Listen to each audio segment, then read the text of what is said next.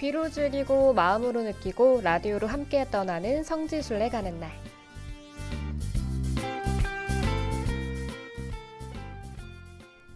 이 시간은 라디오를 통해서 비대면으로 성지순례의 즐거움을 누리고 또 감동도 느껴보는 시간인데요. 오늘은 해외 성지로 함께 떠나봅니다. 대표님 어서 오세요. 안녕하세요. 성바로 행사 정동춘 바로입니다. 반갑습니다. 네, 반갑습니다.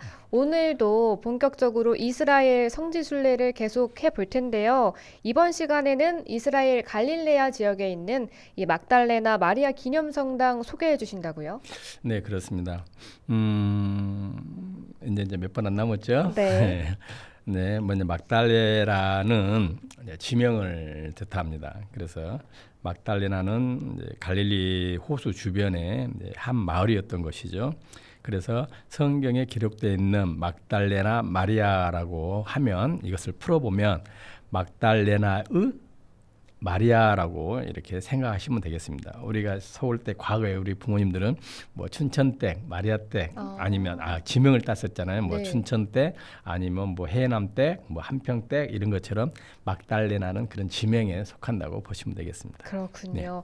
그렇다면 먼저 막달레나 마리아 성당에 구체적으로 이스라엘의 어느 지역에 있는지 또 순례를 떠나기 전에 특별히 먼저 알아두면 좋을 것이 있다면 좀 알려주시죠. 네, 막달레나 마리아 기념 성당은 이제 갈릴리 호수 주변에 있는 또 그리고 가장 최근에 발견되어 있는 성지거든요. 제가 앞전에 말씀을 드린 대로 갈릴리 호수 주변에는 14개의 대략 항구 도시가 있었고 그 중에 가장 큰 항구 도시는 가파르나움이라고 말씀드린 적이 있었습니다.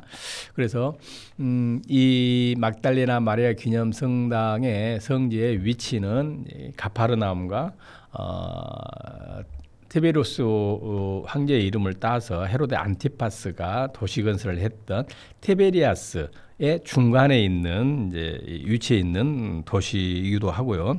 그래서 이제 최근에 제가 이제 발견됐다고 말씀을 드렸는데 그 이유가 참 재밌게 이제 발견이 된 거예요.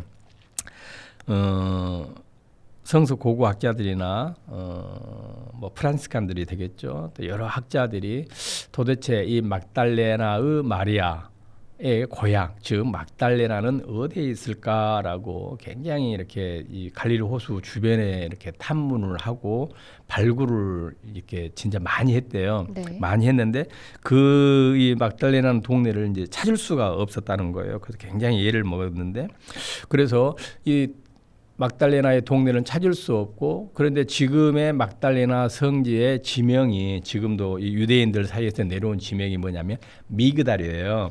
그래서 아마 이 미그달 혹은 막달레나 오온이 비슷하니 아마 막달레나는 이 동네에 있을 것이다. 해서 이제 미그달이라고 이제 저희들이 학자들이 그렇게 여기 왔었거든요. 근데 이 성지가 진짜 우연히 발견되는 거예요. 네. 어떻게 발견됐냐면 우리 가톨릭 계열의 이 호텔을 이제 어느 부지를 매입을 해가지고 짓고 있었거든요. 짓다 보니까 그 밑에서 이 막달레나 동네가 발견이 된 거예요. 그래서 진짜 우연치 않게 이 성지가 발견이 됐고 그래서 최근에 그 위에 호텔과 더불어서 성지가 조성이 됐다. 진짜 우연히 다행스럽게도 그렇습니다. 그렇군요. 네. 그럼 최근에 발견된 성지인 이 막달레나 마리아 기념성당의 모습은 어떤가요?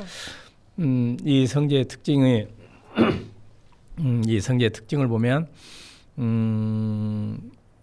이제 호텔이 있고 호텔이 지어져 있고 이제 호텔 옆에 발굴될 당시에 이제 회당 그리고 그 회당 중심의 마을 그랬잖아요. 옛날 유대인들은 회당 중심에서 1000보 이내에 살아야 되고 회당이 중심이었다고. 그래서 회당터가 있고 바로 옆에는 이제 시장터가 이제 있거든요. 발굴된 이 모습으로.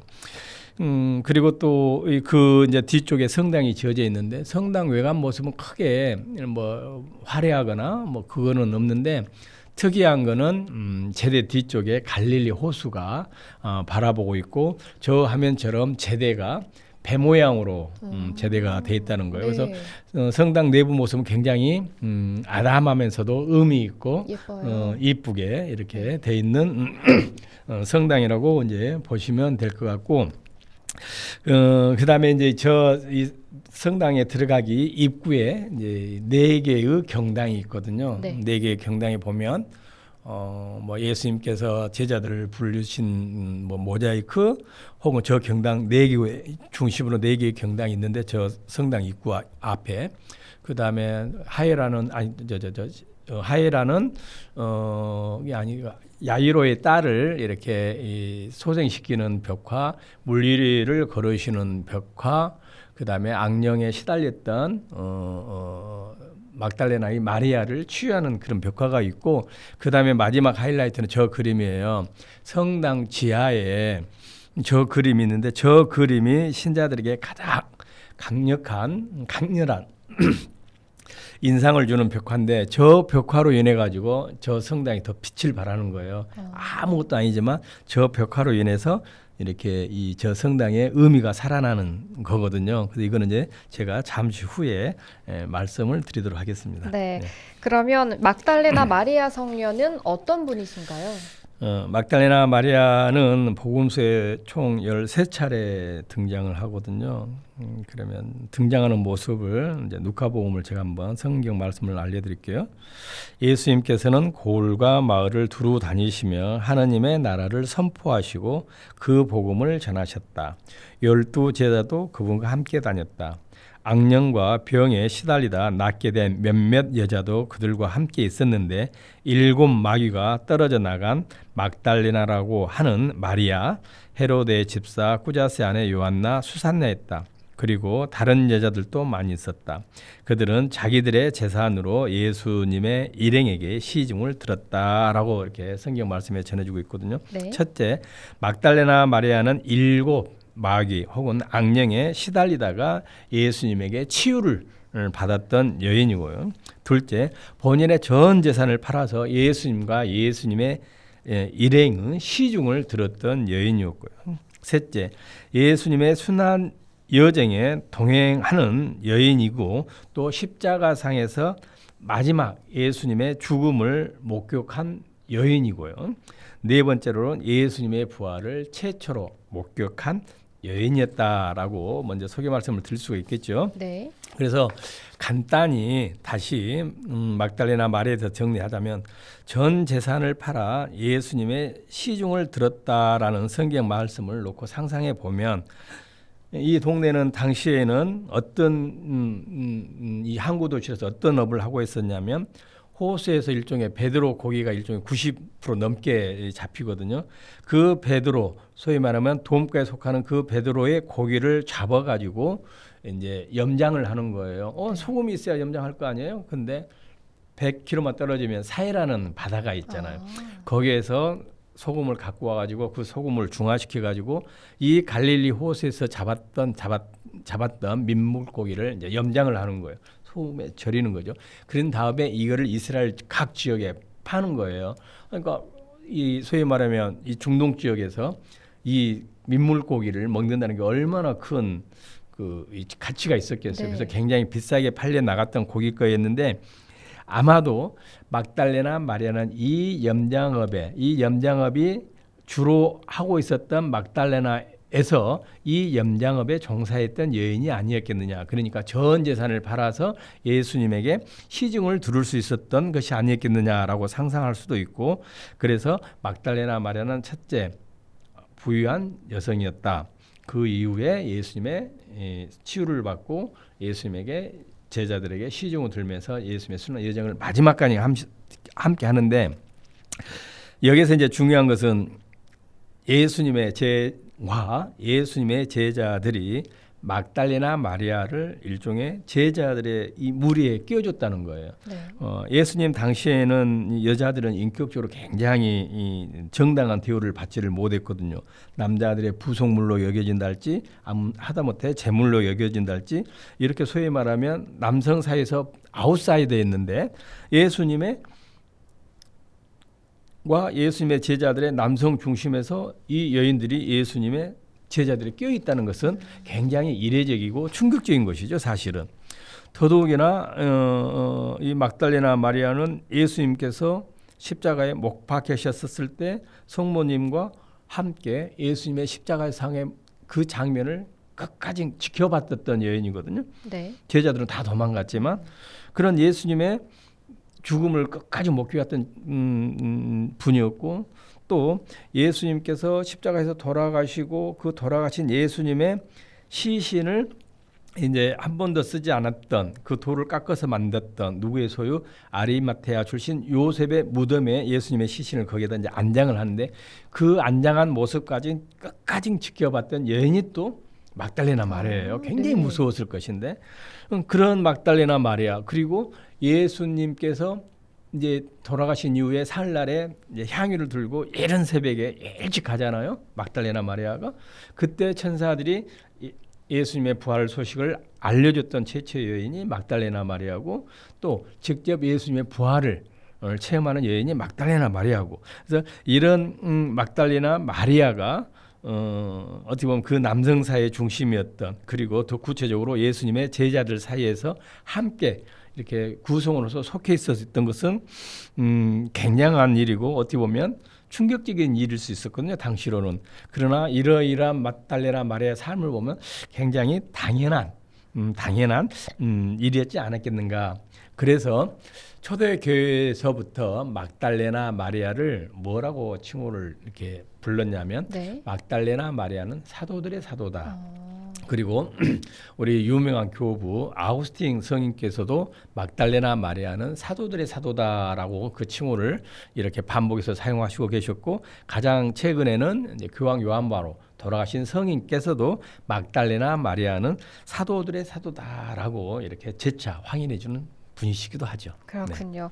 또 조금 전에 이 성당이 신자분들에게 남다른 의미를 주는 부분이 12년 동안 하여라는 여자의 그림이 있어서 그랬다고 하셨는데요.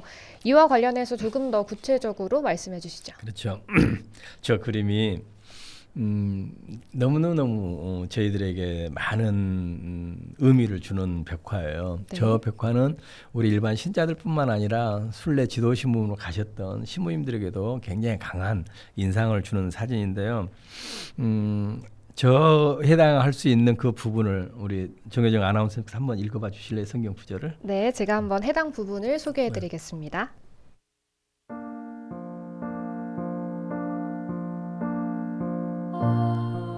예수님께서 배를 타시고 다시 건너편으로 가시자 많은 군중이 그분께 모여들었다.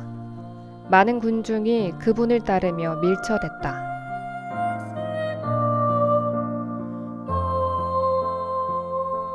그 가운데 12해 동안이나 하여라는 여자가 있었다. 그 여자는 숱한 고생을 하며 많은 의사의 손에 가진 것을 모두 쏟아부었지만 아무 효험도 없이 상태만 더 나빠졌다.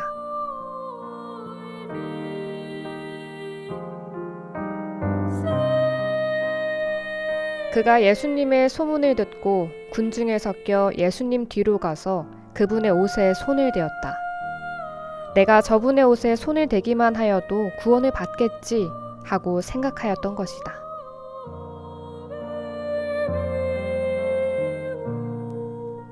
과연 곧 출혈이 멈추고 병이 나은 것을 몸으로 느낄 수 있었다.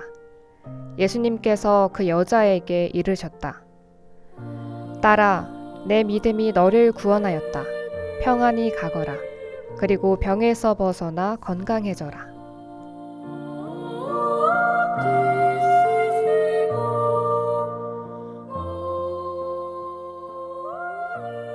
네, 여러분은 지금 라디오로 함께 순례를 떠나보는 성지순례 가는 날 함께하고 계시고요. 오늘은 성바오로 여행사 정동춘 대표님과 이스라엘 순례를 함께하고 있습니다.